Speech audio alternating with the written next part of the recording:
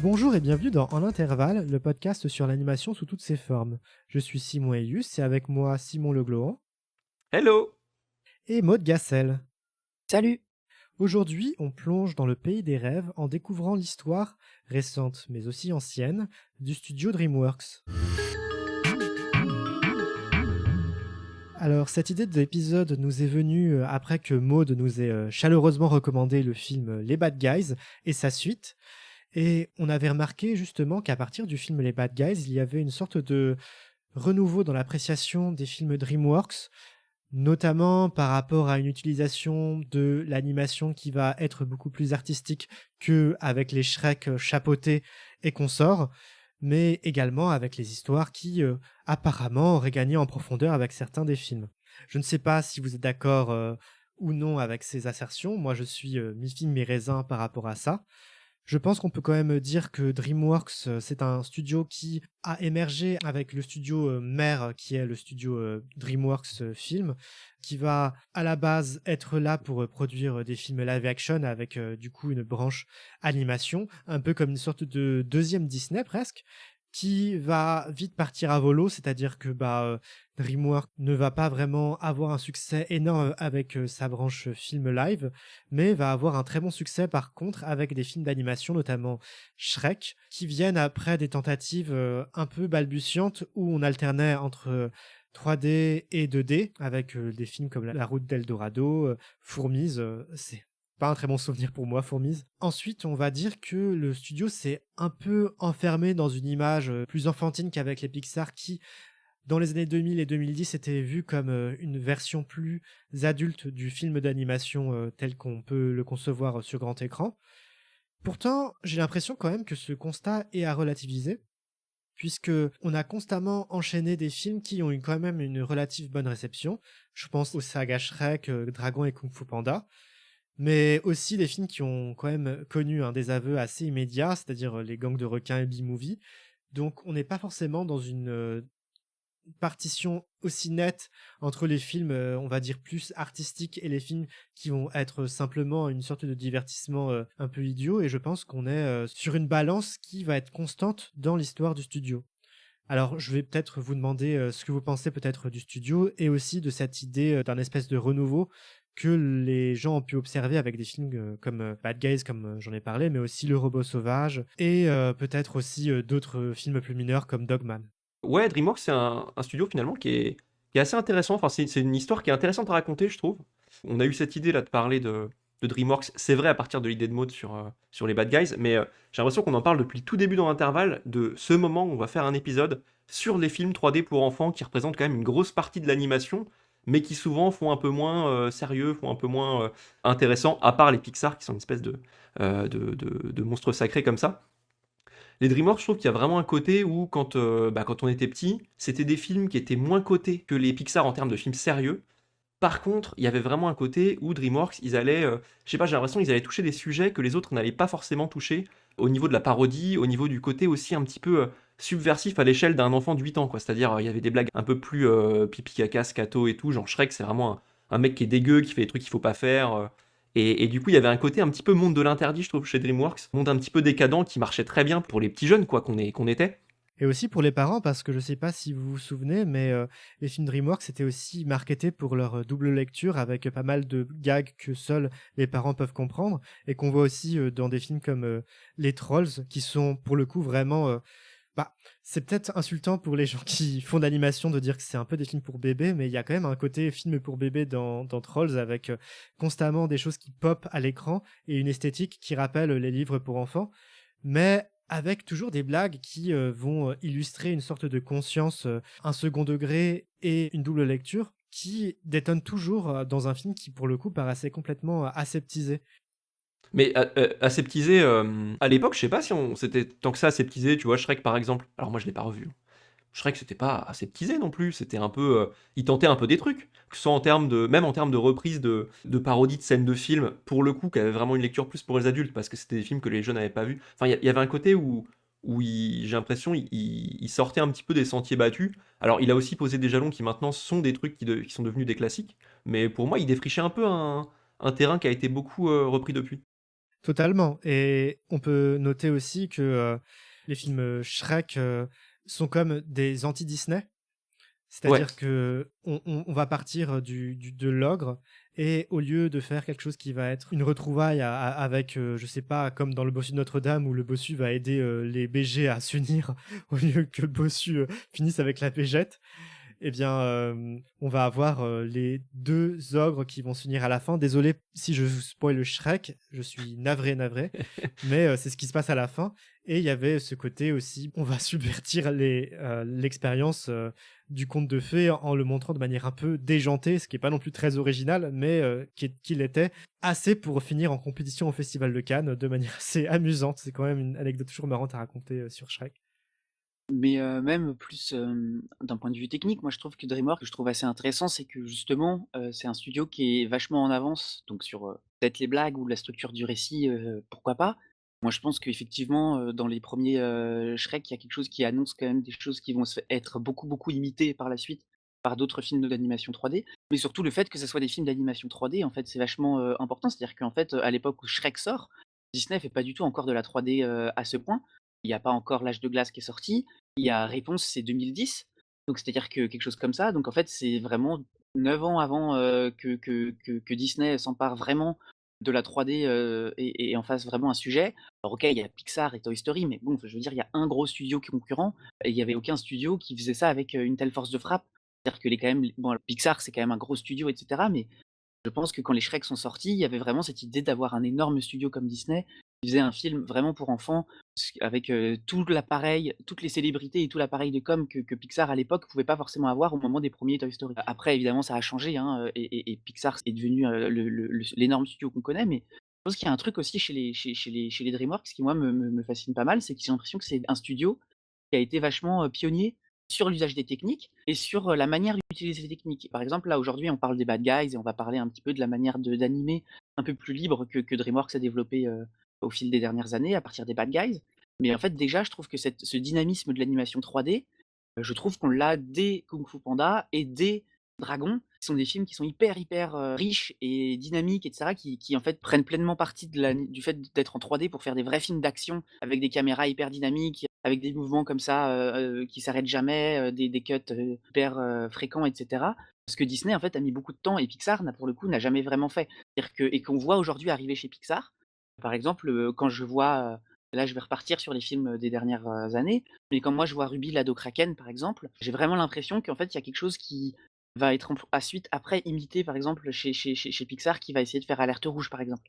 Je sais pas exactement quel film sort à quel moment, La Doraken sort quelque chose comme après 1 ou 2 ans après, oui. c'est juste ouais. un an après, ouais, parce que j'avais regardé aussi, vu qu'ils se ressemblent énormément, mais en fait, ils ont dû être produits au même moment. Il y a un truc où tu sens que j'ai l'impression quand j'ai fait ma petite rétrospective, DreamWorks, je me suis dit: «C'est fou» parce que j'ai l'impression qu'en fait derrière, il y a des studios comme Disney, comme Pixar qui essayent aussi de suivre le rythme et y compris en termes de graphisme. On voit que Pixar à certains moments va se décoincer un petit peu et cetera et tenter des choses un petit peu plus risquées dans son animation, avoir quelques séquences 2D, avoir quelques séquences en dessous de, 24 images secondes et cetera. Alors ça, on peut avoir notre opinion sur ces séquences un peu obligatoires, mais j'ai l'impression que ça c'est DreamWorks aussi qui va, vachement les mettre en avant. Alors c'est pas le premier studio forcément à faire ça dans cet, écosystème. On a parlé des Spider-Verse, qui je pense sont plus importants, mais le Chapeauté 2 a quand même été hyper important, dans cette manière de rendre ça, hyper mainstream en fait et de montrer que ça marche et après en fait on voit qu'il y a K-pop Demon Hunter qui arrive et cetera et qui enfin voilà, j'ai l'impression quand même que DreamWorks c'est quand même un studio qui va vachement essayer des choses, et qui va beaucoup, tenter de trucs. Donc tenter la 3D, tenter des films d'action en 3D, tenter des films d'action pour enfants et cetera et qui va parfois se rater avec Gang de requins, mais quand même souvent être assez, À revoir, à réévaluer Gang de requins. Est-ce qu'on l'a revu? Non. J'ai revu Gang de requins, moi. Attends, c'est une blague. Tu t'es infligé le revisionnage de Gang de requins? C'était un visionnage que j'ai fait pendant le Covid, pendant un des 150 confinements qu'on a dû avoir. Oh my Et je peux god! vous assurer que c'est effectivement un extrêmement mauvais film. C'est ouais, il l'était déjà à l'époque, c'est ça qui est fou. Même quand on avait 10 ans, c'était déjà catastrophique. Après, on n'a pas évoqué Madagascar, voilà, j'ai rien à dire sur le film, mais je voulais juste quand même renvoyer la oui, balle oui. à cette série qui est pas passée tant que ça à la postérité, mais qui faisait partie des trucs que tout le monde avait vu à l'époque. Genre vraiment, t'avais Shrek et t'avais Madagascar après, qui je pense a vraiment particulièrement mal vieilli à mon avis en termes Mmh mh. d'humour, mais bon, je l'ai pas revu non plus. C'est vrai, Madagascar effectivement existe, ce qui est du coup un petit peu un contre-exemple, sur, l'innovation de DreamWorks parce que c'est quand même effectivement Madagascar. Mais voilà, c'est quand même comme on dit, il y a quand même Kung Fu Panda, il y a les dragons, il y a Ouais, ouais, ouais. Madagascar et il y a Shrek, enfin il y a quand même énormément de franchises chez DreamWorks. Le Chapeauté 2, c'était aussi je pense une occasion de tester des choses avec une licence aussi. Par exemple les Trolls 3, le film est vraiment chouette graphiquement.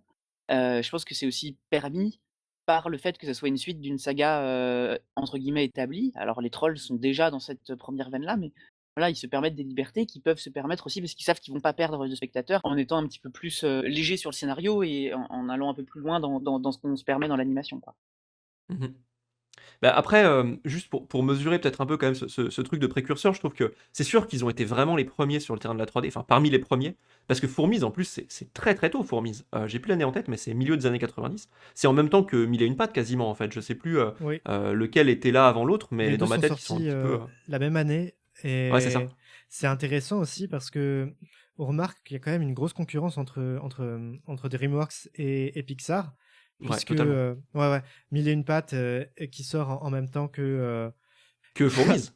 que Fourmise, oui et il me semble aussi que Gang de requins Ah oui et Nemo, bien sûr, ouais. sort 1 an après Nemo, donc il y a quand même toujours, cette espèce de concurrence entre les 2 Et puis là, et tu vois, enfin mine de rien, Ruby et Alerte Rouge, qui sort juste un Mmh an mh. après Alerte Rouge, c'est franchement ça se ressemble énormément les 2 films.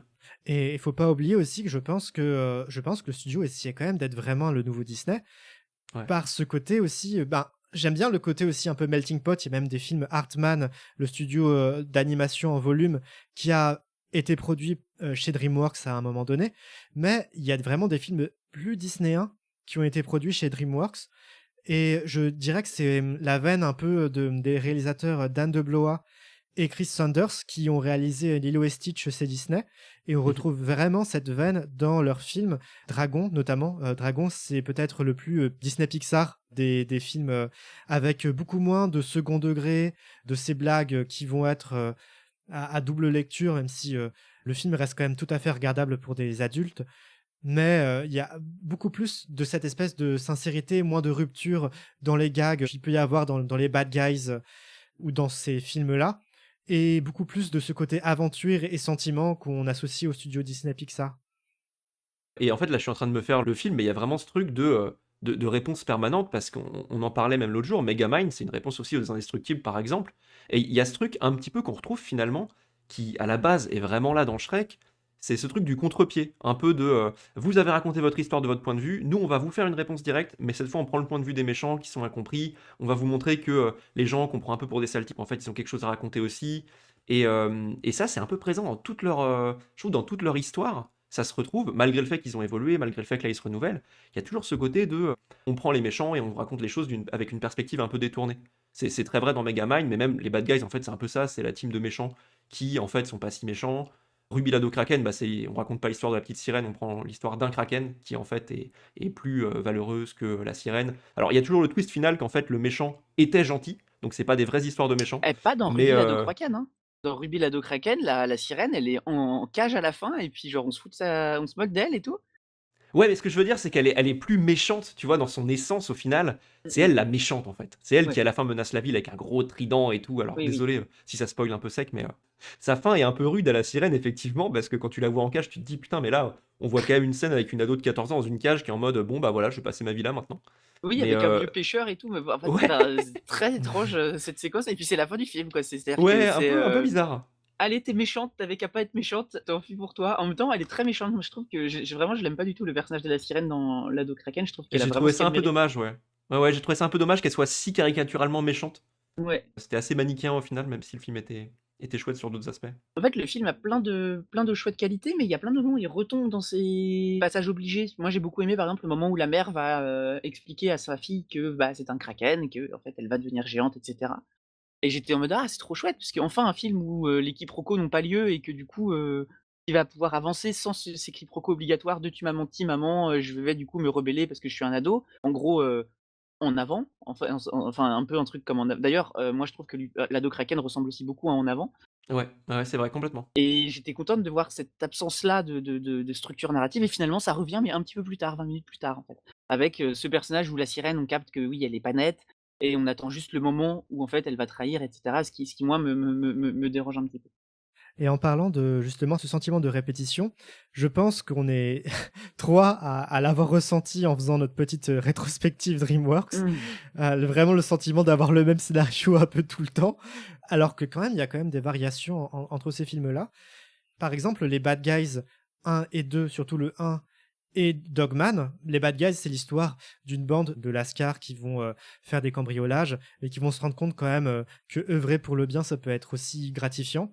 Et Dogman, où il va y avoir une lutte entre le chien policier et un méchant chat qui va terroriser la ville. Et même le robot sauvage, je pense aussi au robot sauvage, où ça va être un robot qui va adopter un petit oisillon. Bah, on va dire que quand même, dans le film Dogman et dans les Bad Guys, c'est l'histoire de personnages qui sont méchants qui recommencent à devenir gentils par la suite d'événements divers et variés. Il va y avoir le robot sauvage où il va y avoir un petit enfant qui va être élevé par un être qui ne le désirait pas à la base, tout comme avec Dogman. Aussi un petit peu avec le Chapeauté 2 où une petite bande va s'assembler bon gré mal gré avec un chien qui va être l'ouverture du héros principal qui est le Chapeauté vers, on va dire, une nouvelle perspective, un nouveau point de vue sur la vie, la mort, etc. Au final, avec aussi cette structure de personnages qui sont ensemble, puis il va y avoir un élément perturbateur, il va y avoir une sorte de trahison où les gens vont se séparer, il y en a un qui va être capturé ou plusieurs, puis on va être sauvés, etc. Vraiment l'impression que les films pour enfants de ce type se ressemblent énormément, ce qui peut être aussi un peu pénible en tant qu'adulte.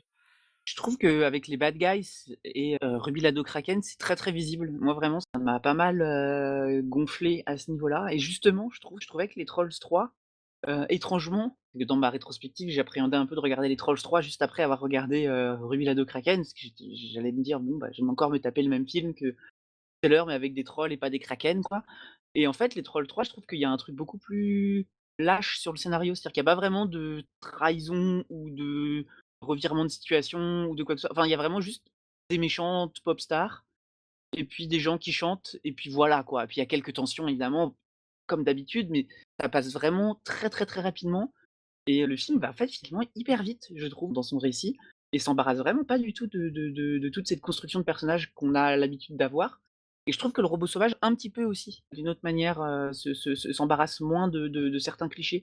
S'embarrasse de d'autres clichés, mais moins de cette, il y a ce petit scénario de, «Ah, tu pas vraiment ma vraie maman, c'est à cause de toi que je suis seul» et cetera, mais ça dure littéralement 5 minutes et en fait après c'est fini, quoi et du coup j'aime bien ça dans ces 2 films-là.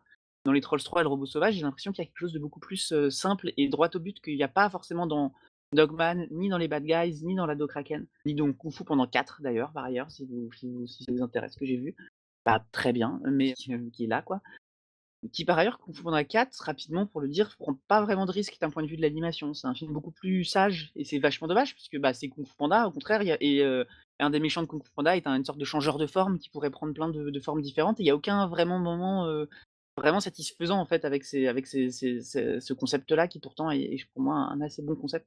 Bref, le film est assez décevant pour un DreamWorks, moderne. On sent vraiment qu'il y a ce côté, lisse que justement je trouve que les Bad Guys ont pas du tout et que les Trolls 3 ont pas du tout, que le Robot Sauvage a pas du tout non plus. Ce que j'aime bien chez DreamWorks, en fait depuis le début, c'est que c'est des films qui sont pas vraiment si lisses et formatés que ça, alors que les Pixar et les Disney, moi je trouve que me donnent envie de dormir en fait, juste puisqu'ils se ressemblent tous, même en termes d'animation et en termes de prouesse technique d'animation, il y a un truc hyper répétitif aussi. Alors que là, les DreamWorks sont structurés un peu similairement. C'est-à-dire qu'il y a toujours cette scène d'ouverture en chanson, avec un personnage qui va explorer une ville, avec une caméra qui fait un travelling arrière, qui va passer à travers des voitures, à travers des passants, et cetera.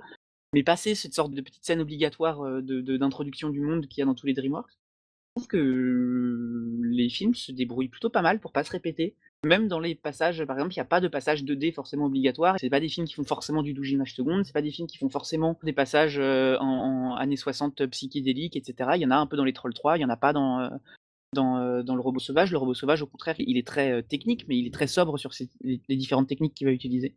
Du coup, voilà, j'aime bien moi cette sorte de maîtrise comme ça et de savoir-faire, quoi. J'ai l'impression chez DreamWorks où on a pas l'impression que les animateurs et que les scénaristes sont en pilote automatique.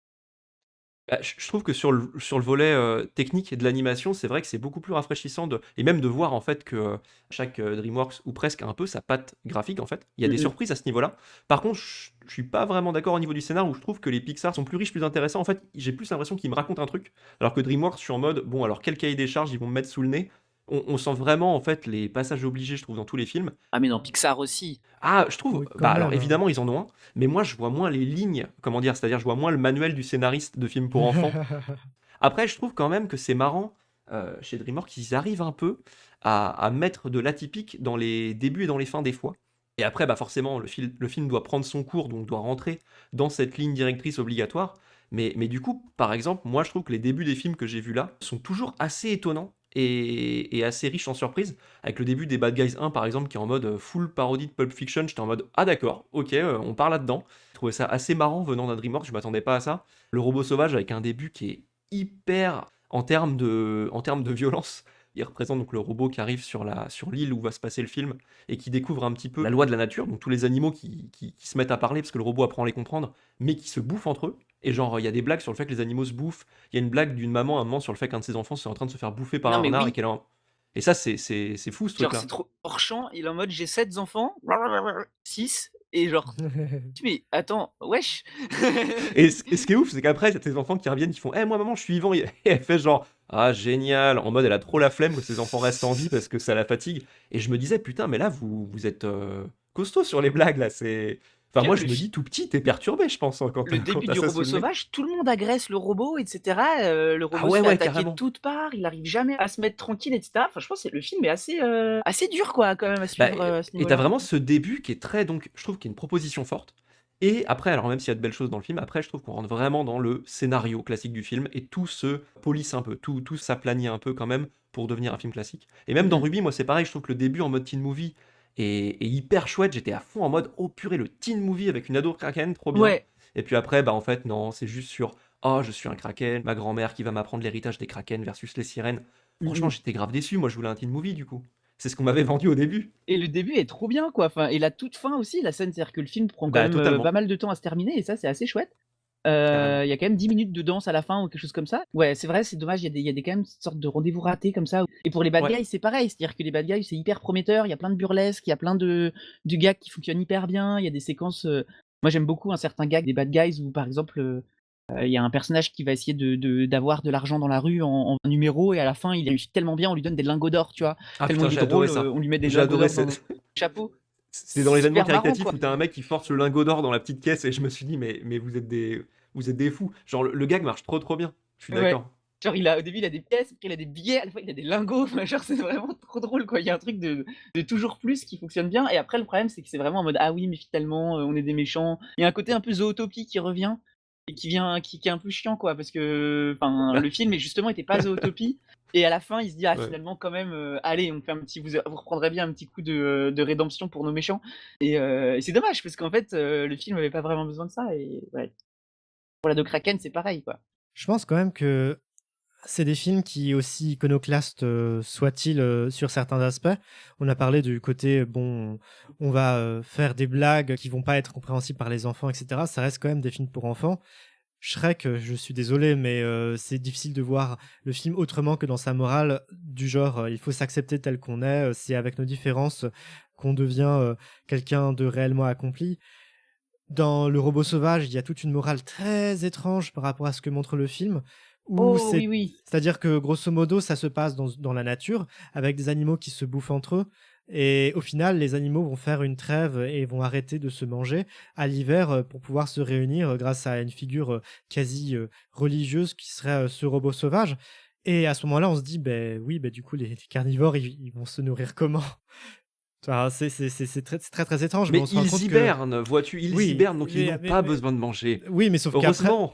du coup, ça veut dire que c'est OK, le loup peut manger le Non, lapin sans c'était que ça hyper lui bizarre. pose problème. C'était clairement bizarre. Surtout que l'ours fait une blague avec un moment. Il dit: «Ah, je vais te Oui, oui. chasser Oui, l'année oui. prochaine et tout» et le renard, il est trop triste parce Ouais, il a ouais. pas envie de se faire manger Mais par en l'ours, fait, quoi. l'ours lui dit au final, bah, je rigolais et justement, au final, je me dis que ces films-là, essayent pas vraiment de créer totalement un univers totalement cohérent avec lui-même, mais essayent de revenir sur des bases qui seraient, des leçons qu'on peut transmettre aux enfants. Et donc du coup, pour moi, cet univers animalier qui était très intéressant parce qu'il était très cruel au début, même si le robot lui apportait de la douceur, et c'est ça qui est beau dans le film, je trouve.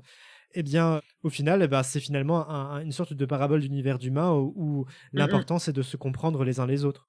Ouais et il y a une phrase qui moi m'a beaucoup déplu vers la fin du Robot Sauvage quand le robot est en mode: «Vous avez réussi à vous unir en tant qu'île pour lutter contre l'hiver et pour lutter contre, l'envahisseur, qui est, la sorte de société, futuriste» et j'aime pas du tout cette idée que l'île devienne une nation souveraine qui défend ses frontières. Enfin, c'est un peu bizarre à ce moment-là, tu es en mode: «Mais Ouais, ouais, c'est carrément. je comprends pas». Moi, j'aimais bien le film parce qu'il y avait un oiseau qui apprenait à voler et que c'était triste et là, tu me parles de nation souveraine et de défendre ses frontières. Enfin, c'est trop bizarre, Il y a un côté nature versus, machine quand même, ouais. mais ça va dans le sens effectivement d'un truc un peu gênant. C'est même la mise en parallèle, je trouve, du robot et de sa mécanique et de son programme avec l'esprit animal. Parce qu'au départ, il y a le robot qui visite l'île, qui rencontre un castor, qui voit le castor donc faire un barrage, ronger un arbre, et en fait le robot est en mode: «Ah oui, c'est donc ça toi ça c'est ton programme, tu ronges les Mmh mh. arbres. Donc c'est dans ta nature, comme moi mon programme m'ordonne de respecter les demandes qu'on me fait».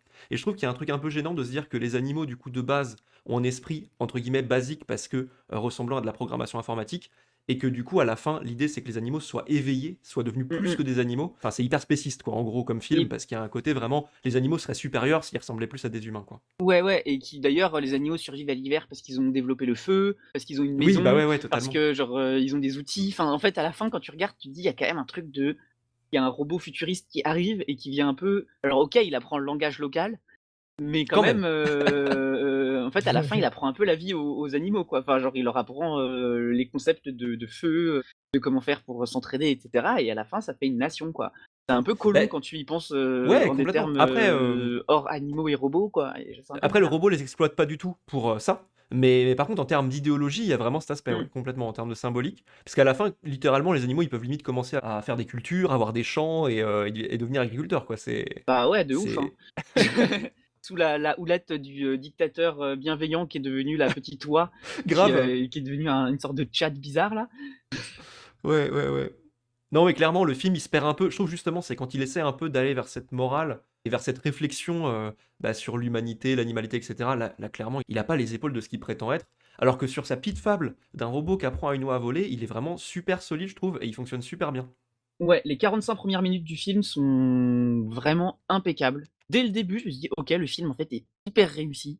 Même, techniquement, c'est hyper propre et en fait après je vois l'oiseau s'envole, il dit au revoir à sa maman, ils se sont pas dit: «Je t'aime» et cetera, c'est triste. Là, je regarde le temps qui reste, il reste 45 minutes quoi et c'est marrant, tu te dis quand même: «C'est bizarre». Le film du coup après se fait ce qui me un peu plus là ce qu'on a tendance à dire et Mhm. parle de cette sorte d'entraide entre les humains, de défense de l'île et cetera, alors qu'il y Ouais. avait vraiment pas besoin de faire ça. Je voulais juste parler de l'animation, du fait que le film avait pas spécialement besoin même de ça pour avoir des belles scènes d'action. C'est-à-dire que moi j'adorais la manière dont le robot s'ensauvagisait, l'ensauvagement du robot par rapport à ses animations et cetera. C'est-à-dire que dès le début, donc on le voit imiter le crabe, sauf qu'après, au cours du film, le robot, il devient de plus en plus, couvert de végétation, de griffures. Sa jambe se fait remplacer par une jambe de bois et la manière dont il a de se déplacer est beaucoup plus proche de celle de se déplacer des animaux et dans, par exemple, la sorte de combat final, le robot se met à courir exactement comme les animaux autour de lui et il y a des scènes comme ça, très, très belles comme ça, où le robot, sa manière de bouger et sa manière d'être animé vont communiquer des émotions. Je trouvais assez bien foutu, mais je trouve que le film avait pas forcément besoin d'aller, dans ces endroits-là, scénaristiquement, pour nous montrer ces qualités-là.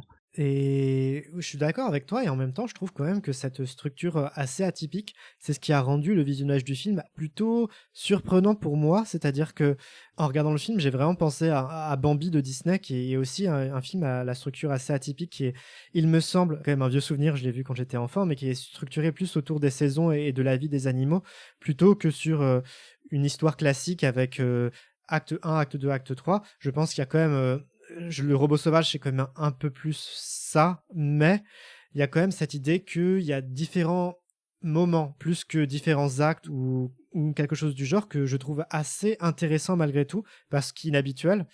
Mmh mh. Mais aussi, ce qui m'a vraiment plu avec le robot sauvage, c'est que ça a vraiment montré, et c'est pas le seul film, que DreamWorks, c'est un vrai laboratoire de techniques d'animation. Déjà, ça se voyait avec les Trolls.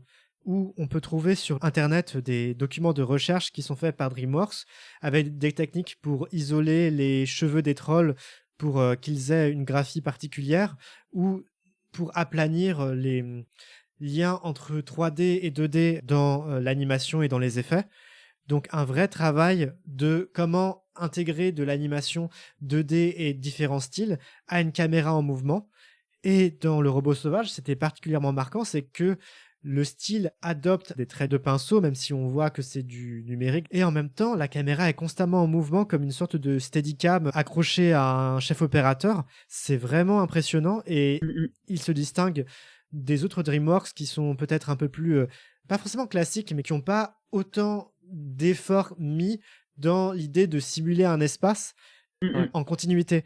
Et ça m'a vraiment, vraiment, vraiment surpris parce que même dans les films comme Spider-Man Into the Spider-Verse, qui pourraient se rapprocher plutôt des Trolls, etc., c'est-à-dire des films qui vont être des pop-up. Attends. C'était quoi cette phrase-là? Non, je suis Quoi d'accord. Non, non, Ah, non, j'adore. je Non, parle mais je en trouve qu'il faut termes la de... souligner quand même. Je Alors, trouve qu'il faut la souligner. je ne dis Le pas parallèle que Spider-Verse Troll, il est quand même. Si, je suis assez d'accord. Je trouve qu'il est assez juste. ce que je veux dire, c'est pas que les Spider-Verse, c'est la même chose que les Trolls. Je dis que les Trolls ont ce côté aussi pop-up, Ouais. graphisme mis en avant, texture, etc., qui est pas du tout dans une espèce de recherche absolue d'une vraisemblance de Mhm. l'espace, comme si on était presque plongé dans un décor. C'est plutôt une sorte de film pop-up, comme le Chapeauté 2 peut l'être aussi. Mhm. Alors que le Robot Sauvage, on se balade presque avec les personnages.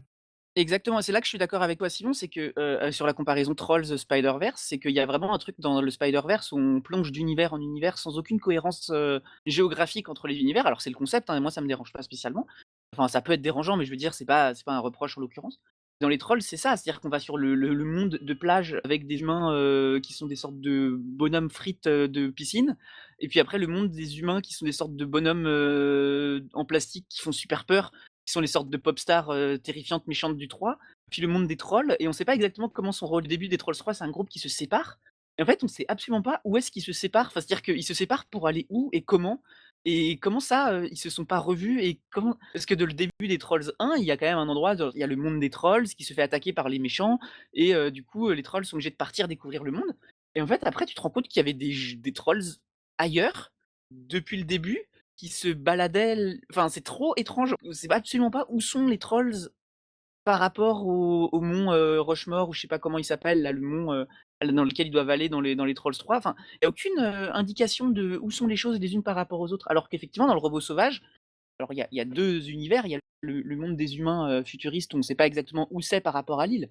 Mais par contre, l'île, effectivement, on sait qu'il y a la plage, on connaît un peu la topographie du lieu, on connaît les zones plus ou moins élevées de l'île, etc. Puisqu'il y a plusieurs moments où les personnages vont essayer de trouver des hauteurs pour mieux capter certaines choses ou pour mieux s'envoler.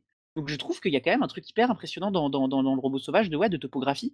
Et sur le fait d'habiter une île, je trouve que c'est assez pertinent, puisque c'est le film sur un robot qui apprend à investir une île et à être investi par l'île aussi. Et du coup, il y a effectivement une sorte de savoir-faire. Et c'est ça que j'ai bien aimé, c'est-à-dire que moi, dans le film, au début, dans les bandes annonces, je me suis dit, bon, ça va être un DreamWorks avec un design qui fait beaucoup penser, du robot qui fait beaucoup penser au robot dans Miyazaki, dans Le Château dans le ciel, ce qui est vrai. Mais en fait, ils arrivent à en faire quelque chose de beaucoup plus intéressant. On est vraiment investi émotionnellement dans le robot, et dans ses mouvements, et dans son interaction avec le décor. Et c'est ça qui rend le film aussi réussi, quoi. Ouais, c'est vrai qu'il a un aspect vraiment organique. Peut-être qu'on peut retrouver, je l'ai pas vu depuis longtemps, mais dans un film comme Dragon, je pense que ce rapport au réel, à l'espace, il doit être assez appuyé aussi dans ce film, ou en tout cas proche des personnages et de leur environnement, quoi. Et c'est vrai que c'est un truc qu'on retrouve assez peu dans les autres films. Alors, je vois très bien du coup le parallèle, les Trolls Spider-Verse. En vrai, je trouvais juste la phrase trop marrante, mais en vrai, ça se défend super bien ce que vous avez dit là. Et c'est pareil dans les autres films, en fait, je trouve qu'il y a un côté où finalement on suit des personnages qui vont très très vite, parce qu'il y a un truc de rythme quand même dans la plupart des DreamWorks. Les Bad Guys, c'est comme une espèce de course-poursuite permanente, où ils sont toujours en train de sortir, d'aller vers ailleurs, ou d'essayer de s'échapper, ou de sortir en tout cas du cadre de l'espace dans lequel ils sont. Du coup, il y a un côté où on reste jamais, on n'habite jamais vraiment un endroit là-bas. Et puis dans Ruby, on passe du temps dans la mer qui ressemble à rien, qui est une espèce de bouillie de 3D avec des trucs qui clignotent dans tous les sens. Donc ouais, c'est sûr que là, on se pose, même en termes de rythme en fait. C'est-à-dire que je trouve que ce rapport à l'espace dans le Robot Sauvage, il est aussi dû à ce changement de rythme où d'un coup, on a le droit de s'arrêter un peu. Et ça va un peu avec cette idée de film à la Bambi dont tu parlais, Simon, tu vois, qui se laisse un peu porter par le passage des saisons, par le fait que la petite oie a grandi, par le fait d'attendre et de se laisser vivre, quoi, en fait. Et ce pourquoi je mets aussi en avant le robot sauvage, c'est que j'ai l'impression que Dragon, vraiment, je pense qu'il aurait pu dans un monde parallèle, c'est un Disney Pixar, alors que le robot sauvage a quand même ses éléments, avec, ben, la cruauté de la nature comme on l'a dit, mais aussi pas mal de blagues, genre, de paix, qui sont assez étonnantes. Loi, elle a beaucoup de répondants, elle est un peu sassy. J'ai quand même l'impression que c'est une espèce d'équilibre entre, émotion et humour, et j'ai l'impression que les films DreamWorks ont quand même un peu du mal, notamment, par rapport à leur graphisme parfois ingrat, désolé, d'arriver à une forme de sérieux et d'émotion qui Mmh. soit vraiment palpable en fait. Alors que Le Robot Sauvage, je pense que c'est un film qui est aussi un peu là pour faire pleurer, quoi. Il y a des moments, je pense que Ah, c'est clair. Loi qui s'envole, évidemment, bah, c'est le moment et allez, ça chiale. Bon, Mais ça marche, en vrai, Ça ça marche marche super bien. super bien parce que moi j'étais au bout de ma vie, hein, quand même, hein, cette séquence-là, hein. Faut arrêter, Ouais, hein. non, non, ils sont forts avec ça. C'est vrai que les blagues de paix dans les DreamWorks, on en parle, c'est l'héritage de Shrek, je le sais pas, mais en tout cas, elles sont tout le temps là, quoi. Le film, quel qu'il soit, dans les Bad Guys alors dans les Bad Guys, en vrai, j'ai un peu aimé, parce que c'est carrément un personnage qui est affilié à cette blague. Genre, Et puis et dans c'est l'espace là, dans le 2, oh, ah, mais ça, c'est bon ça. Ça, c'est c'est une bonne blague de paix. c'est une bonne blague de paix, mais c'est violent quand même. C'est-à-dire que ça Bah, c'est moi une j'avais asphyxie mal au pure, quoi. ventre dans le cinéma, quoi. Enfin Bah, j'étais un peu malade, en quoi, gros, pour le pauvre sans serpent, quand même. pour expliquer sans spoiler trop, mais c'est une tenue de cosmonaute remplie de paix et qui se remplit, mais qui se remplit non-stop en fait. C'est-à-dire que ça continue. On pousse quand même le niveau de la blague assez loin, quoi. On passe pas loin de la, comment dire, du dégât collatéral. Il y a un personnage qui est pas loin de crever à cause de cette blague. Mais en même temps, c'est assez chouette parce que cette blague-là et c'est pas mal en vrai dans les Bad Guys, il y a ça, peut-être aussi, c'est que les gags sont utilisés pour faire des gags, mais par exemple, souvent, cette vanne de paix, après le scaphandre va se faire projeter dans l'espace avec en relâchant ses gaz de manière plus ou moins contrôlée et du coup, ce qui est Ouais, chouette, c'est que souvent dans les Bad Guys, il y a un peu cette idée que les gags vont amener quand même à des sortes de choses, même visuellement, ouais. on va, sauter n'importe où, mais ça va nous amener quelque part à la fin. Alors c'est pas très cohérent et c'est pas pour dire que les gags ont une vraie utilité à la fin et cetera, mais il y a quand même un truc où c'est pas complètement toujours gratuit et moi je trouve ça assez bien fichu avec les Bad Guys notamment. Ouais, et pour le coup, moi, c'est vrai que je dois dire, les Bad Guys, enfin, on en reparlera peut-être à la fin quand on parlera de vraiment les films qu'on a aimés et tout. Mais pour moi, les blagues, vraiment, elles marchaient sur moi dans les Bad Guys. Je Mmh trouve que mh. les personnages sont tous très bien caractérisés, très drôles, très intéressants. En fait, je trouve que les gags sont parfois assez inventifs, ou en tout cas qui twistent un peu des gags qui sont assez attendus habituellement. Mmh mh. Donc, non, non, moi, c'est un film que je trouve très, très bien écrit. C'est-à-dire que il assume totalement son cahier des charges, mais il écrit un truc qui est, je trouve, très, très bien maîtrisé avec.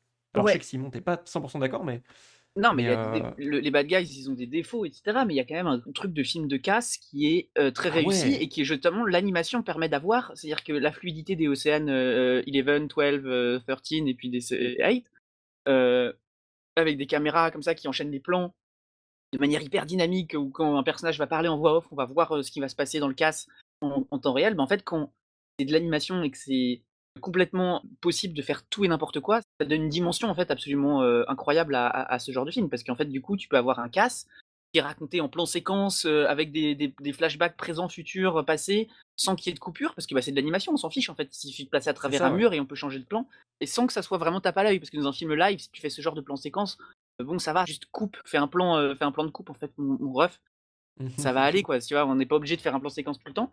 Mais en fait, dans l'animation, je trouve que ça permet de créer vraiment ce dynamisme, cette continuité entre l'élaboration du plan et la réalisation du plan, dans la vraie vie. Alors dans la vraie vie, c'est un film d'animation, hein, j'ai évidemment compris ça.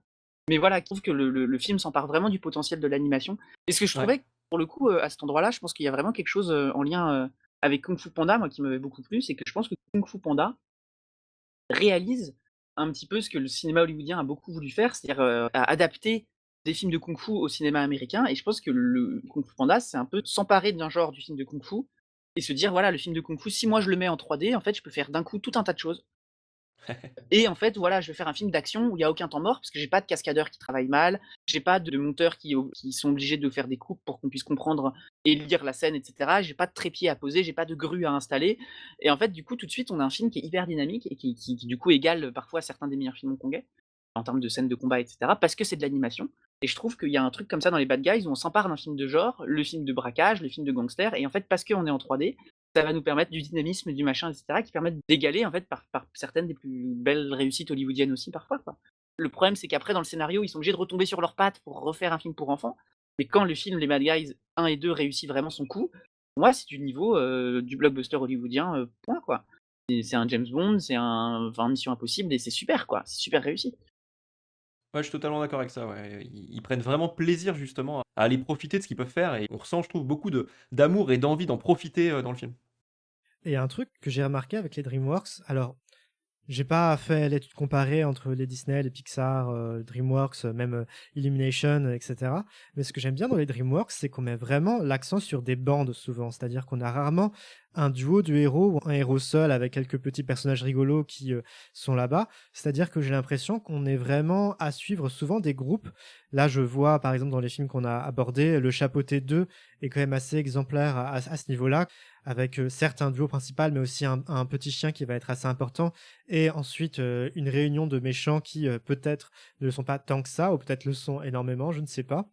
Les Trolls 3, effectivement, là aussi, on suit toujours des groupes, et l'idée, c'est justement de se réunir de plus en plus pour que plus de fous, plus on rit. Oui et à la fin des Trolls d'ailleurs, le boys band, c'est un boys band de 4 plus un autre boys band de 4 plus un duo de 2 meufs. On se retrouve Ouais, avec donc c'est... 10 personnes sur scène qui chantent et qui dansent en même temps, quoi. C'est quand même assez colossal. Et le robot sauvage, comme on l'a dit, bah, c'est presque l'élaboration d'une communauté qui s'ignorait, quoi, une communauté de la nature. Ouais, c'est toujours l'occasion de placer différents rôles, différents postes quasiment de personnages à prendre dans les films aussi. Et ce que je trouve est toujours intéressant, parce que la galerie de personnages DreamWorks, souvent je trouve que c'est plutôt un des points forts du film. Il y en a qui sont juste des comic relief, et puis un autre qui servent à développer un peu des choses. Il y en a qu'on retrouve, je trouve, on en parlait avant l'enregistrement, il y en a qu'on retrouve quasiment calqués en fait d'un film à l'autre, c'est ça qui est marrant. Par exemple, dans Le Robot Sauvage, on a le renard qui a quasiment le même arc narratif que le loup des Bad Guys. Genre c'est vraiment quasiment le même perso mais transposé dans une autre histoire. Et ouais, on sent que ça leur permet de raconter plein d'histoires et de faire cet aspect communauté avec plein d'archétypes, plein de petites blagues qui vont venir de différents personnages qui sont là, etc. Avec souvent un binôme central, j'ai l'impression, qui leur permet quand même de dynamiser un petit peu le film et ce qu'il essaie de raconter. Bon, l'année Shrek, l'origine quand même de tout ça, binôme incroyable. Mais même, je dirais, dans les Bad Guys, par exemple, on a toute une bande, mais il y a quand même un peu les. Je dirais que les deux principaux, c'est le loup et le serpent. Je sais pas ce que vous en dites, parce qu'il y a quand même la Oui. renarde qui prend de l'importance. Mais le loup et le serpent, il y a vraiment un côté où c'est eux qui, avec leurs allers-retours entre eux, font avancer l'intrigue et nous racontent en fait cette question du rapport entre le bien et le mal, de là où on veut être, etc. Mmh mh. Je sais pas ce que vous avez pensé de cette petite rétrospective DreamWorks. Alors, même si j'ai été au bout d'un moment un peu épuisé par des formules qui se répétaient pas mal, j'ai vraiment apprécié découvrir ces films-là malgré tout, découvrir des films d'animation un peu grand public, mais pas non plus totalement nuls, et surtout avec des vraies propositions en termes de graphisme. Par rapport à la question qui serait est-ce que DreamWorks c'est vraiment un renouveau qui est en train de se passer? Moi, j'ai envie de dire pas vraiment, puisque au final, on voit que dès le départ, les choses qu'ils faisaient avant étaient aussi dans une diversité de styles d'animation, de styles d'histoire, etc. Que même avec la saga Dragon, on retrouve des scénarios très disnéens qui se mettent en place, avec des scénarios qui sont un peu plus rigolos et pop-up et du pur graphisme comme avec les trolls. Et je pense que c'est ce côté melting pot qui me plaît chez DreamWorks, c'est-à-dire qu'on va retrouver à la fois des choses comme l'Ado Kraken qui vont être des choses un peu plus génériques et des choses qui vont être plus distinguables comme le robot sauvage ou des choses qui vont passer totalement inaperçues comme Orion, la nuit d'Orion que on a essayé de voir mais personne n'a vraiment fini. Ah, Oui. c'était trop dur, c'était trop un supplice. Et pourtant, c'est Charlie Kaufman au scénario, et c'est incompréhensible. Mais alors, n'hésitez pas, auditeurs, auditrices, à aller le voir et à nous dire tout simplement ce qu'il y a dans ce film, parce que je ne comprends pas personnellement, et j'aimerais comprendre comment ce film peut exister et être tel qu'il est avec ce casting au scénario, quoi.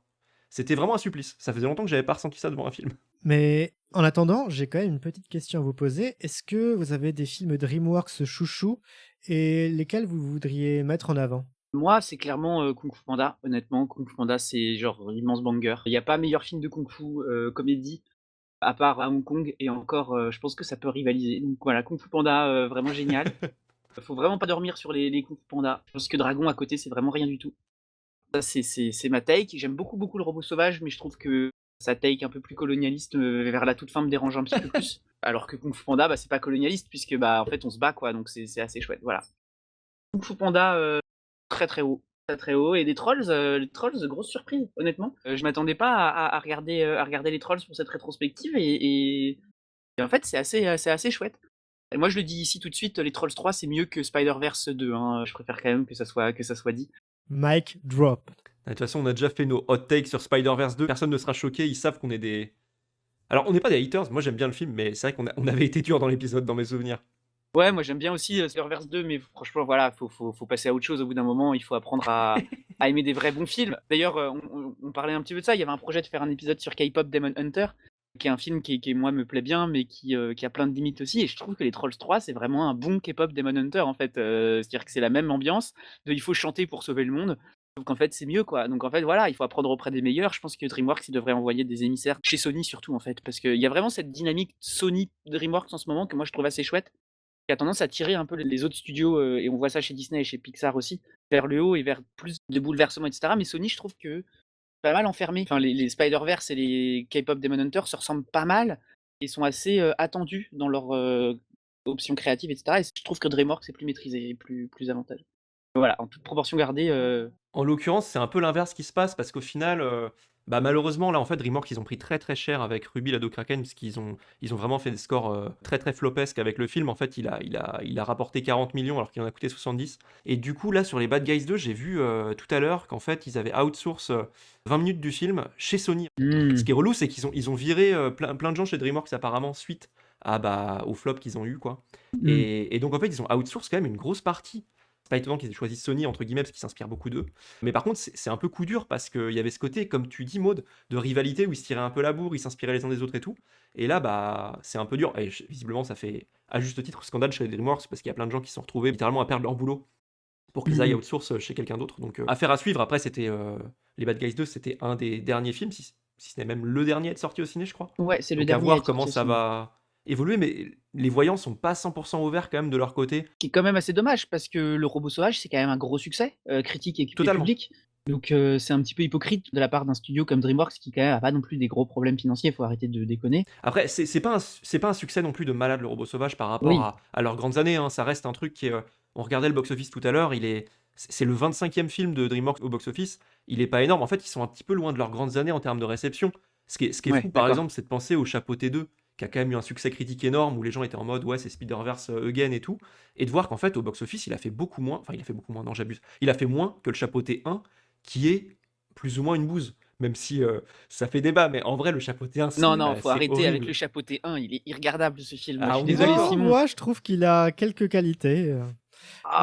Simon, au lieu de m'afficher de cette manière-là, dis tes films DreamWorks préférés. Oui, pardon. En fait, je trouve que c'était intéressant quand même, vu que on a fait un peu une petite rétrospective, de voir que, bah ouais, en ce moment, disons, on sait pas trop de quoi l'avenir sera fait, même si, bah, j'imagine que ça va continuer. Mais chouchou, moi, franchement, je trouve ça trop stylé d'avoir Kung Fu Panda en chouchou, parce que moi, je vais être plus un normie. Et j'ai vu zéro Kung Fu Panda, donc j'ai pris l'arco de mode à fond. Il faut que j'attaque. Il faut que j'attaque. J'ai toujours trouvé que ça avait l'air relou à l'époque.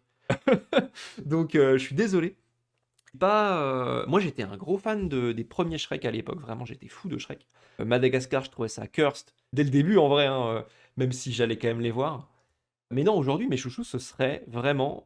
Bah, du coup, les Bad Guys, en fait, on en a parlé pas mal, mais vraiment, moi, j'ai trop, trop kiffé ces films. Et j'entends qu'ils ont des défauts. Franchement, en regardant les films, je les ai pas trop vus. Je trouve que c'est juste trop agréable à regarder. J'adore les persos. Je trouve le film très drôle et très épique. Genre, c'est intense à regarder, quoi. Donc vraiment, j'adore ce film, je lui vois peu de défauts. Les autres films, je les trouve sympas, mais j'ai pas eu de coup de cœur vraiment à part ceux-là, que je trouve vraiment très bien. Et puis, bah voilà, le Chapeauté 2, par contre, moi j'ai fait partie de la vague qui a trouvé ça trop bien, j'ai trop kiffé. Je l'ai pas revu, ceci dit, donc bah peut-être que j'ai plus tout en tête. Mais pour moi, c'était vraiment super intéressant en termes graphiques. Il y avait quelque chose de plus, je crois qu'on l'avait évoqué pendant l'épisode Spider-Verse, il y avait quelque chose de moins ambitieux dans le Chapeauté 2 que dans Spider-Verse, mais pour son propre bien. C'est-à-dire que Spider-Verse, on en avait parlé, c'est un film qui veut trop en faire, qui se prend trop au sérieux parfois, et qui se prend un peu les pieds dans le tapis. Chapeauté 2, je trouve qu'il savait ce qu'il voulait faire, qu'il le faisait très bien, et que son histoire était plutôt sympa et touchante. Donc voilà, moi dans le nouveau DreamWorks, bah, c'est le Chapeauté 2 et les Bad Guys, et je trouve que ça promet pour la suite. Surtout que le Robot Sauvage, en vrai, il était quand même très sympa malgré pas mal de failles. J'ai aussi bien aimé me replonger dans tout ça en fait. Et totalement d'accord avec toi, Simon, quand tu dis qu'en fait, bah, ce renouveau finalement qu'on prenait pour acquis en commençant la rétrospective, il est beaucoup moins vrai qu'on ne pense, au sens où bah, DreamWorks, il a toujours évolué avec son temps, il s'est toujours transformé en fait année après année. Et du coup, bah, juste on est dans une nouvelle phase, mais c'est normal parce que les années passent, les films changent, etc. Et donc ouais, c'est un studio et des films qui évoluent avec leur époque. Et toi, Simon, tes coups de cœur alors? Non, Ouais, non, bah, mes coups de Alors, le cœur. chapeauté 1, les parle trolls du coup? voilà, les Trolls Non, 2, mais Le Chapeauté 1, Shrek disons 4, que, disons que, Madagascar 2. non, mes coups de cœur. Enfin, moi, j'ai quand même vraiment de la sympathie pour le premier Dragon, qui est un film que je trouve assez émouvant quand même. Mais dans les récents, bah, désolé de le dire, mais les Trolls, c'est pas si mal que ça. Franchement, je trouve que en termes de graphisme, on n'en a pas assez parlé quand même, hein. Pas ici, mais je veux dire de manière générale que les Trolls, c'est vraiment très créatif graphiquement. Et ça mérite le coup d'œil, au moins pour se donner des inspirations si on est illustrateur, ou simplement pour passer un moment plein de couleurs qui t'arrivent dans la tronche si vous êtes juste amateur de texture. Sinon, quand même, j'ai quand même vraiment eu une belle surprise pour le robot sauvage, pour lequel je rechignais un peu. Genre, je me disais, bon, bah, c'est un peu le film que les gens ont aimé comme une sorte de hype passagère. Mais en fait, non, c'est vraiment un chouette film. Honnêtement, tous les films de cette, rétrospective, donc à partir des Bad Guys, tous les films qui sont proposés, à part peut-être Kung Fu Panda 4 qui est le plus oubliable du paquet, ont tous des vraies qualités, propres qui les rend, intéressants, quoi. Bah, attendez-vous au meilleur quand même, parce que là, je vois dans le planning 2027 le Ah, film avec Gabi? Coco. Non, le film Cocomelon. Le film Cocomelon par Oh, waouh. DreamWorks. Ouais, bah, après il faut manger, hein, parfois, Après, il y a aussi Gabi et la Maison Magique qui arrivent, et franchement, pour avoir vu le trailer plusieurs fois, ça m'a l'air tout à fait affreux. Ils ont voulu continuer sur les jouets après les Trolls, mais alors pour le coup, les Trolls, vous m'avez convaincu, hein. Franchement, je dois dire, j'avoue que le film a l'air d'avoir un vrai potentiel, et même visuellement, je trouve qu'ils ont fait un truc qui est pas mal avec les Trolls. mmh mh. Là, Gabi et la Maison Magique, vraiment, pour le coup, c'est vraiment, il faut manger, quoi. Le film, il est trop trop moche. Il reprend vraiment les designs de la série sans les personnaliser, sans les améliorer et tout, donc tout a l'air un peu craignos. Ceci dit, c'est un des premiers films DreamWorks, je crois, qui fait un vrai mélange prise de vue réelle et animation. Parce que du coup, c'est tout l'enjeu de la petite fille qui part dans sa maison de poupée. Donc il y a plein de rencontres entre bah, le live action et l'animation. Donc c'est peut-être un des trucs que le film fera d'intéressant. Le Roger Rabbit de sa génération, n'en doutons Ah pas. bah on espère, on espère. Les Looney Tunes passent à l'action de 2025, oui, Ah, effectivement. merci de le mettre en valeur. À quand un épisode sur ce film Bah, incroyable qui franchement, a bercé mon enfance? quand vous voulez, les Looney Tunes passent à l'action. Oh là là, je serais chaud. Ouais, je l'ai pas revu depuis sa sortie cinéma, donc je peux pas vous dire si c'est très bien, mais j'avais bien aimé. Moi aussi, j'avais trop aimé. Notre planning est très chargé. On verra Ouais, ça bah, une autre fois. Maintenant, s'il vous plaît, passons aux recommandations. Les recommandations, c'est chaque fin d'épisode, on vous recommande une œuvre, un événement ou quelque chose qui a été un coup de cœur pour nous. Je propose qu'on commence par Maud. pour continuer un petit peu, on parlait de teen movie, tout à l'heure avec Simon, sur l'Ado Kraken. Moi, ces derniers temps, j'ai joué à un jeu, alors je l'ai beaucoup fait et donc j'en ai eu un peu marre, sur la fin, un petit peu comme avec, les DreamWorks finalement, même si c'est un très, très bon jeu qui s'appelle I Was a Teenage Exocolonist, où c'est une sorte de jeu narratif avec des gestions de statistiques, comme une forme de visual novel ou de Princess Simulator, enfin voilà, ce genre de jeu un petit peu bizarre où, tu gères un avatar et tu dois lui faire augmenter donc son endurance, son savoir, ses compétences en ingénierie ou ses compétences martiales. Et donc tu es une sorte d'ado comme ça qui va être lâché sur une planète avec, donc un groupe de colons, de l'espace. Et donc il y a toute une histoire à découvrir sur un petit peu les secrets de la planète, sa manière dont elle va avoir de repousser donc un petit peu ses colons ou au contraire de les accepter. Vraiment, alors dit comme ça, je vais avoir du mal à en parler parce que je j'ai pas envie de trop en dire et cetera et je pense que le jeu se nourrit vraiment de ses playthroughs, le fait d'être fait plusieurs fois. Le jeu est un jeu à embranchement et à narratif, donc en gros, si tu vas débloquer cette statistique, tu vas pouvoir sauver ce personnage-là. Par contre, si tu as vu ce personnage-là mourir plus tôt, tu peux le sauver sans avoir à grind tes statistiques une fois. Donc en gros, c'est un jeu qui est assez chouette, c'est qu'il pour avoir les fins un petit peu secrètes et cetera, il s'agit de les faire qu'une seule fois et après elles sont débloquées pour toujours. Ça permet du coup, au jeu d'avoir un peu une run parfaite. C'est-à-dire que, c'est un petit peu un jeu au début où tout va essayer de te tuer et où l'univers est extrêmement hostile. C'est un jeu qui est hyper triste avec énormément de un peu comme du coup le robot sauvage, c'est-à-dire au début du robot sauvage, tout le monde veut ta peau et là au début de I Was a Teenage Colonist, tu arrives pas à sauver tes parents, tu arrives pas à sauver ta famille, tu arrives pas à sauver la colonie, il y a un autre vaisseau qui s'écrase, ça devient une dictature militaire, enfin en gros tout se passe très mal et après au fur et à mesure de tes playthroughs, tu commences à progresser de mieux en mieux, un peu en die and retry. côté très, très satisfaisant et où du coup, tu commences à mieux comprendre les choses qu'il faut faire et qu'il faut pas faire, jusqu'à faire un peu faire cette run parfaite.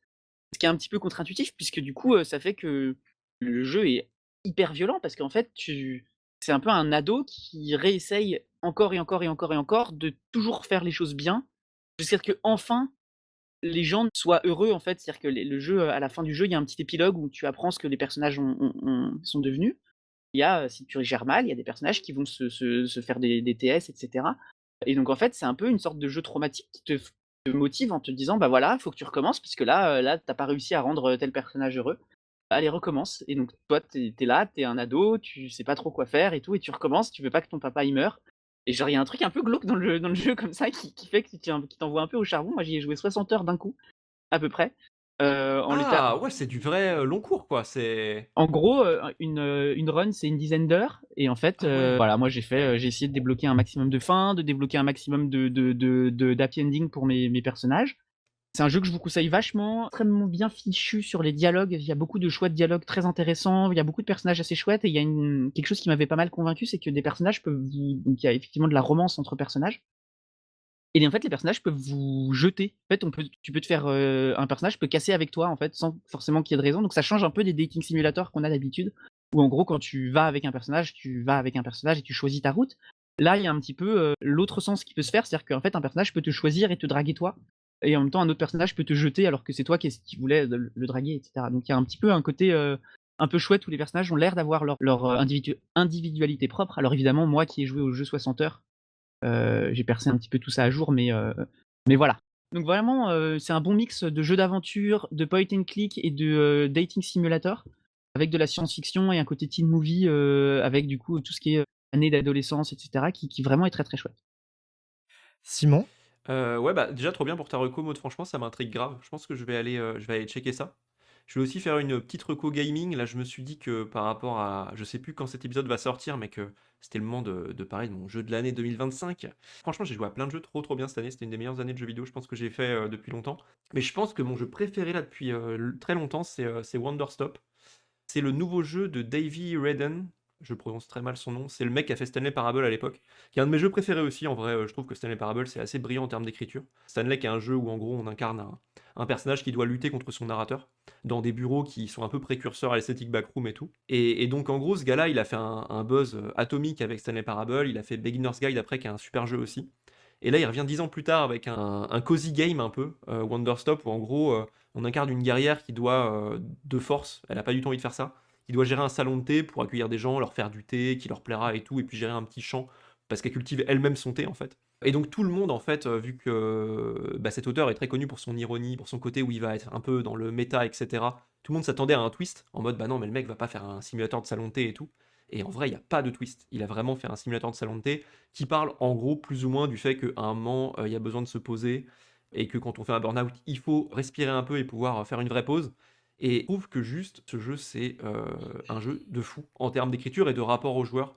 C'est un des jeux les mieux écrits auxquels j'ai joué depuis très longtemps, que ce soit dans l'écriture du personnage ou des clients qui vont venir te rencontrer. C'est un jeu qui réfléchit très très finement, je trouve, sur les mécaniques justement du simulateur de ferme, de salon de thé et tout, parce que souvent, du coup, c'est des jeux qui vont vite ramener en eux quelque chose du travail, quelque chose en fait de l'accumulation de ressources, de la volonté de produire plus, etc. Et là, le jeu en fait prend plein de chemins pour qu'en fait le jeu reste un jeu de détente, pour qu'il n'y ait jamais de volonté de capitaliser sur ce salon de thé. En fait, il n'y a pas de progression particulièrement. L'ambiance est ouf, les graphismes sont très très choux. C'est le grand retour de C418 à la compo d'un jeu vidéo après Minecraft en 2011. Et là, il est de Incroyable. retour avec 5 heures de BO pour le jeu. Et la musique, du coup, est dingo aussi. Enfin, en fait, très radical, je trouve. Je trouve que c'est un jeu qui est. Comment dire? C'est un jeu qui n'a pas de twist, mais où tout est radical dans sa sincérité. Et du coup, bah voilà, je le recommande à fond, sans vouloir vraiment en dire plus sur le contenu. Mais disons que j'ai l'impression que, bon, aujourd'hui, on est fatigué quand même par plein de trucs. Et ça fait trop de bien de jouer à un jeu comme ça, qui est détente, mais qui sait qu'on est fatigué, quoi. Je la note parce que ça m'a l'air d'être grave la vibe aussi de I Was a Teenage Colonist. Ça connecte des choses en tout cas. Ouais, je comprends ce que tu veux dire, ouais, même si du coup c'est beaucoup moins trash, mais il doit y avoir des trucs de fond qui Mmh peuvent mh. se retrouver. Je ne sais pas trop comment parler de ce dont je vais parler, c'est-à-dire que j'ai une recommandation qui est aussi liée aux jeux vidéo, mais plutôt à une vidéo sur les jeux vidéo, mais une vidéo que j'aimerais faire découvrir au plus de monde possible, sans trop en dire. C'est une vidéo d'une chaîne qui s'appelle Zefferamo. Je crois que peut-être qu'on en a déjà parlé ici d'ailleurs. Ah, les Et, boss, ils sont et trop c'est bien. une vidéo qui s'appelle Cette secte victorienne a créé le premier jeu 18+.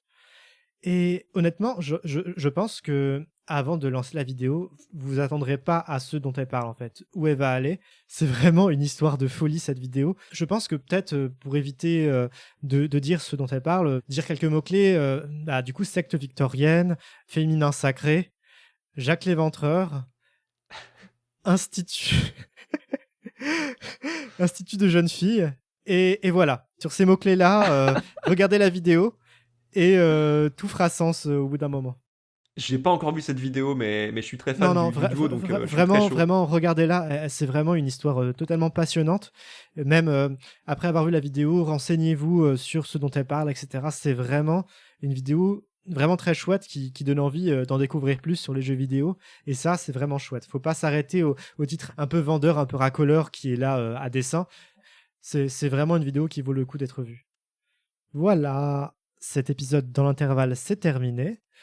Je remercie tout le monde, les intervenants, Croquis pour le logo, le Calvin Ball Consortium évidemment pour l'hébergement, et n'hésitez pas à donner au Calvin Ball pour nous soutenir dans notre podcast et pour soutenir l'association qui propose des tas d'autres podcasts très intéressants. Sur ce, ciao et bon vent. Salut!